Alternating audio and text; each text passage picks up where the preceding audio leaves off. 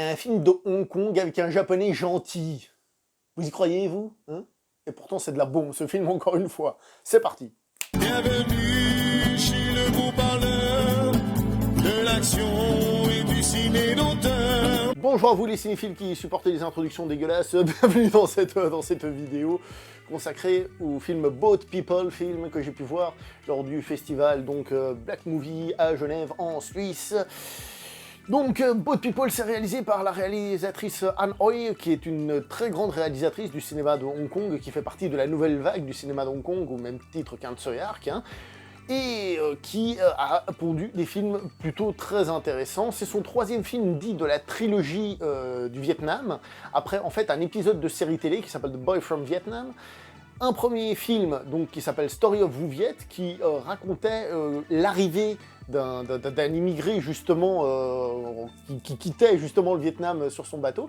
Et cette fois-ci, avec ce troisième film, on revient à la source, on revient à l'origine, puisque cette fois-ci, on va voir ce qui se passe au Vietnam même. Pour la petite histoire, la réalisatrice a déclaré que si elle avait choisi le Vietnam, c'était en fait complètement par hasard, parce qu'une fois, elle a vu une photo d'un de ces bateaux qui venait d'Hong Hong Kong en provenance du Vietnam, et voilà, ça s'est emballé à partir de là.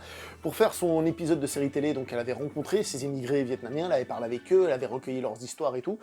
Et c'est comme ça qu'elle a fait d'abord donc le premier film, puis ensuite le second. Le second film, Story of Vu Viet, est un film qui avait plutôt fonctionné, mais sans être un carton, mais il avait eu très bonne presse, entre autres dans le milieu du cinéma HK, qui donc aurait voulu faire une suite. D'ailleurs, à la base, ce Boat People, comme vous pouvez l'imaginer, est une espèce de préquel, et Chow Yun-fat devait reprendre le rôle de Vu Viet qu'il avait déjà dans Story of Vu Viet. Le seul truc, c'est que Chow Yun-fat a décliné le rôle, et c'est donc le rôle du personnage interprété par le tout jeune Andy Lau. Andy Lau, qui encore une fois est présent dans tous les bons coups. À chaque vidéo que je fais sur ce festival, à chaque fois qu'on parle d'un bon film HK, il y a Andy Lau qui est là-dedans à un moment donné, c'est pas possible, cet acteur. Absolument incroyable, ce mec. Je vous ai dit qu'il s'agissait d'un film de Hong Kong, ce qui est vrai, mais c'est en fait un film très international, j'ai envie de dire, parce que c'est un film de Hong Kong, tourné en Chine, qui raconte le Vietnam. Hein. Le personnage principal est un personnage japonais, et un personnage positif, ce qui est assez rare dans le cinéma de Hong Kong pour le signaler quand même, un personnage 100% positif, et donc on a un sacré mélange, surtout quand, évidemment, vu que ça se passe au Vietnam, on va parler des Français, des Américains, et à un moment donné d'ailleurs, on va parler français, heureusement qu'il y a des sous-titres, hein. La question, ce n'est pas de est-ce que j'aurais compris ce qu'il a dit, c'est est-ce que j'aurais compris qu'il parlait français. Évidemment, c'est juste une réplique, une citation, on s'en fout, mais c'est trop rigolo. Il y a certains films, s'il vous plaît, quand les gens parlent français, n'oubliez pas les sous-titres, s'il vous plaît. Donc là, ils les ont pas oubliés, c'était cool. On va aussi parler d'un soldat coréen, donc ça veut dire que malgré tout, c'est un film un peu panasiatique, et pas que, comme vous avez vu, hein, qui mélange un petit peu tout ça pour revenir un petit peu à quelque chose, j'ai envie de dire, d'un peu réaliste, c'est-à-dire on n'est pas à Hong Kong comme ça, cloisonné, et puis c'est tout, et puis c'est fini. Ce film aussi, Boat People, avait été un carton à Hong Kong. Par contre, il y a eu un petit souci, c'est que il a été un petit peu maltraité ailleurs. D'abord à Cannes, où il a été retiré, suite à la demande du Vietnam, qui n'a pas vraiment apprécié ce que le film montrait de la situation. Donc, le film a été retiré de là. Les Chinois ont carrément interdit le film, parce qu'ils sont pas bêtes, les Chinois. Ils ont bien compris qu'en fait, bien que ça parle du Vietnam, ils sont en train de parler évidemment aussi de Hong Kong. Encore une fois, je rappelle, la thématique du festival Black Movie, c'est la rétrocession. Donc on voit quand même cette peur de cette Chine communiste et tout. Donc il y a aussi cette critique-là. Donc les Chinois, ils ont aussi censuré le film. À Taïwan, le film a été censuré. Bon, au moins il a été un carton à Hong Kong, ce qui est déjà plutôt bon, même si évidemment Hong Kong c'est un marché qui est plutôt petit malgré tout. Évoquons le film en lui-même. Je dois vous avouer que j'ai été très impressionné. Le film commence par un plan séquence de toute beauté, mais aussi de toute grandeur, puisque l'on voit des chars, des soldats qui marchent comme ça. Et c'est, d'entrée de jeu, on se rend compte que le film a une production design, il a un budget, on va dire, en tout cas visuellement à l'écran, qui est assez impressionnant. La reconstitution est vraiment très bonne, en tout cas au niveau de la grandeur. Je dis très bonne en tout cas au niveau de la grandeur parce que je sais pas à quel point ça ressemble vraiment au Vietnam qu'il y avait sur place à l'époque. Là je pense qu'on peut essayer de leur faire confiance, même si évidemment je ne suis pas un expert là-dessus. Mais je trouve que déjà d'entrée de jeu, on se prend ce film vraiment à la gueule sans aucune retenue au niveau du visuel, et ça c'est incroyable. J'ai trouvé les acteurs très bons. Donc celui qui fait justement ce fameux japonais, donc c'est pas un japonais, hein, c'est George Lam, qui est, je trouve, très bon. Franchement, il gère superbement bien son personnage. Et le film il avance lentement, il décrit peu à peu la situation. Donc d'abord, le personnage, il est amené à faire des photos, mais il est accompagné par quelqu'un qui lui dit « Ah, je vais vous emmener dans une école et tout ». Et c'est marrant parce que c'est un peu le stéréotype de ce qu'on aurait actuellement, d'ailleurs, de la chaîne elle-même, voire, si vous voulez, de la Corée du Nord ou un truc comme ça. Je dis stéréotype encore parce que je sais pas. Mais c'est un peu ce stéréotype-là qu'on aurait. Donc au début, il a une espèce de vision biaisée, dans lequel le gars, il se dit « Ah bah finalement, c'est pas si mal que ça, finalement, ça se passe bien ». Et quand il décide de partir de son côté, bah là, il va commencer à voir ce qu'il y a derrière, et se rendre compte peu à peu de la pauvreté que vivent les habitants de ce Vietnam. J'ai juste envie de dire un truc qui est assez rigolo dans le film, c'est que bien qu'en effet, les autorités vietnamiennes essayent de faire en sorte que le gars il puisse faire plus ou moins ce qu'il veut, on lui dit que, bon, de toute façon, ces photos, on sait que tu vas pas les utiliser, hein t'es pas bête, hein.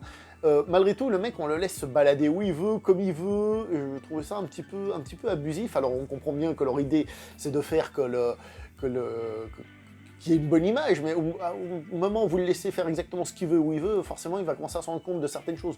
Donc ça c'est un petit peu bête quand même. Le film est assez long, je tiens à préciser. Peut-être la fin j'ai trouvé un petit peu étirée, perso, au bout d'un moment, mais c'est hyper intéressant parce que donc le personnage va rencontrer une famille sur place avec ses difficultés, donc les restes de la guerre, certains qui sont obligés d'aller pour essayer de déminer avec les risques que ça comporte, des personnes qui sont obligées de se prostituer, et parfois la jeunesse aussi qui va subir certaines difficultés de ce genre-là. Je rentre pas dans tous les détails. C'est donc un film humaniste avant tout. Et ce qui est très fort, c'est que justement, il parle du Vietnam, mais comme je vous ai dit, c'est aussi quelque chose que les gens de Hong Kong ressentent en eux. Et donc ce message ne parle pas que des autres, il parle aussi de eux-mêmes. Et par conséquent, avec ce film, ils sont aussi d'une certaine manière très premier degré. Pas juste en train de regarder les autres et de leur dire « Oh là là, comme t'es triste, mon pauvre, oh là là là là ». Ils sont aussi en mode « Ça pourrait être nous ». Et c'est ce qui fait que le film, je pense, gagne aussi en force et en authenticité. Comme je vous ai dit, la mise en scène est sublime, sobre à des moments, mais c'est se sublimer elle-même. Et surtout, il y a cette petite magie qui nous attrape, qui nous fait que on a un schéma classique, parce qu'honnêtement, le coup du gars qui on voit qu'il est accompagné, donc on lui montre exactement ce qu'on veut et qui peu à peu va découvrir un truc, c'est assez classique. Hein. Donc c'est assez classique pour qu'on sache où on est, pour être accueilli, et peu à peu, on va se libérer un peu comme le personnage, peu à peu, on va découvrir cet univers et être pris d'affection pour les différents personnages, d'où justement cette durée du film qui fait je crois 1h52, c'est pas que ça dure 3 heures, hein. Mais je veux dire, prendre le temps de découvrir ces personnages-là. Alors, pour la petite histoire, je vais aussi vous dire que le film, non seulement a été un carton, mais en plus, il a gagné des prix donc, au Hong Kong Film Awards lors de son année, donc meilleur film, meilleure réalisatrice, meilleur scénario, j'essaye de traduire l'anglais en direct. Meilleure performance pour un nouvel acteur, meilleure direction artistique, il a été nommé, donc George Lam comme meilleur acteur, il l'a pas gagné, Cora Miao comme meilleure actrice, Susan Ma, meilleure actrice, donc celle qui a été nommée comme Best New Performer, je le dis en anglais, je me prends moi la tête. Il y a Andy Lau qui lui aussi avait été nommé par Best New Performer, donc meilleure première interprétation, il a été nommé. On a la meilleure cinématographie pour Wong Chung-kai, meilleur montage et aussi meilleure musique. Donc ça c'est juste des nominations, mais c'est pour dire que le film, c'est un bon gros film. C'est un bon gros film, et c'est vrai que, on va pas se mentir, ce qui est étonnant avec cette réalisatrice, c'est que bien qu'elle fasse partie de la nouvelle vague, comme j'ai dit, c'est pas celle de laquelle je trouve on a la plus de facilité à voir ses films, très honnêtement. Et les quelques films que j'ai vus d'elle, ça va pas beaucoup, valent franchement la peine, et ce film-ci est vraiment une réussite, je trouve, tout à fait incroyable. C'est un film qui est, oui, je redis incroyable, comme pour Infernal Affairs. Ce film est vraiment une réussite à tous les niveaux en ce qui me concerne. Je ne peux que recommander ce film, et sachez un détail aussi, le visionnage de ce film m'a fait dire, c'est pour ça que la vidéo va pas trop dans les détails non plus, m'a fait dire qu'on doit faire absolument une émission sur cette réalisatrice. J'en ai déjà parlé avec les collègues, le projet est en route, on vous fera une émission bien complète avec tous les plus grands experts du monde sur cette réalisatrice, parce que franchement, elle en vaut la peine. Et ce film-ci, Boat People, que vous pouvez donc voir encore au Festival Black Movie, pardon, eh ben, n'hésitez pas à aller le voir. Franchement, c'est très bien. Voilà. Allez, portez-vous bien, le like, le partage, l'abonnement. Ciao tout le monde.